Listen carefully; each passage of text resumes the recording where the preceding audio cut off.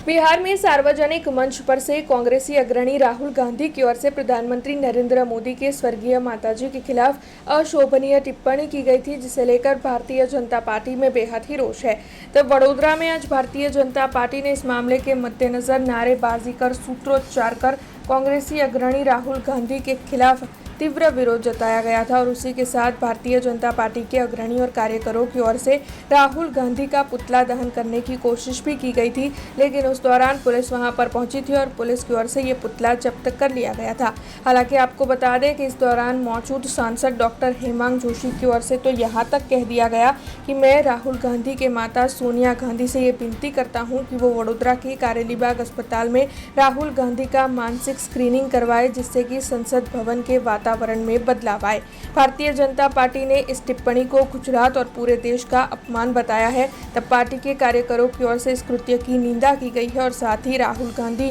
कांग्रेस और आरजेडी के सामने विरोध जताया जा रहा है। જે પ્રકારે રાહુલ ગાંધી દ્વારા માત્ર ને માત્ર પોતે હરેક ચૂંટણીઓ હારે છે, એમના નેતૃત્વમાં છેલ્લા 11 વર્ષના નેતૃત્વમાં પણ આપ જુઓ 50 કરતા વધારે વિવિધ સ્તરની ચૂંટણીઓ તેઓ હાર્યા છે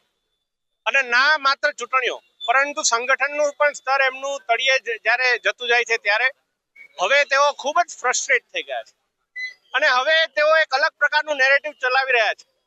અને આ નેરેટિવ માત્ર ને માત્ર વિદેશી હટકંડાનો ભોગ બની આપ વિચાર કરો, બાંગ્લાદેશમાં પણ આ જ પ્રકારનું મોડસ ઓપરેન્ડી નિભાવવામાં આવી, વોટ ચોરી અને વોટ ચોરી કરી અને બિહારની અંદર અને બંગાળની અંદર એમને જે ડર છે, એમના શાસન, એમના જે સહયોગીઓ છે એમને પણ શાસન જવાનો જે ડર છે, એના કારણે વોટ ચોરી યાત્રાને લઈને તેઓ નીકળ્યા છે। જનતાનું એમને સમર્થન નથી મળી રહ્યું।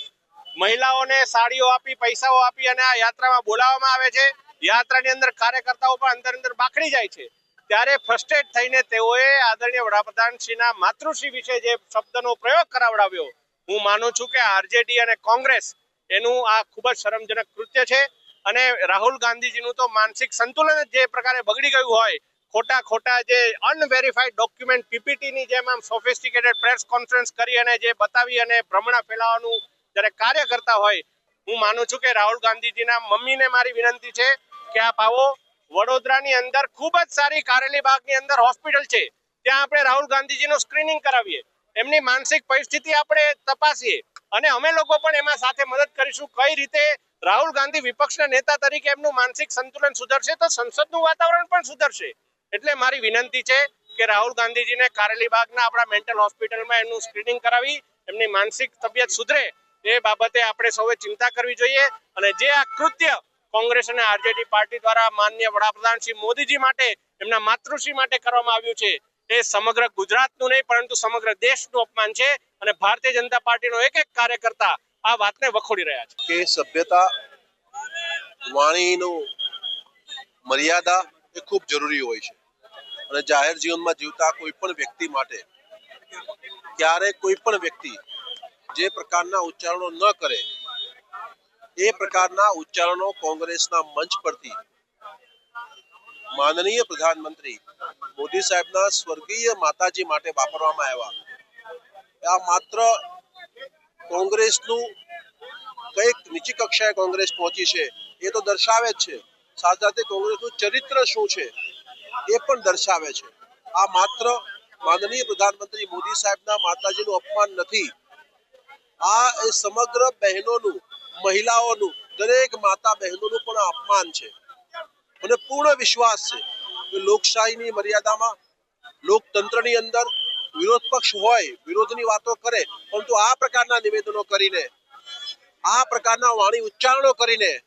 અને આટલી પરાકાષ્ઠા પરના વાણી ઉચ્ચારણો કરીને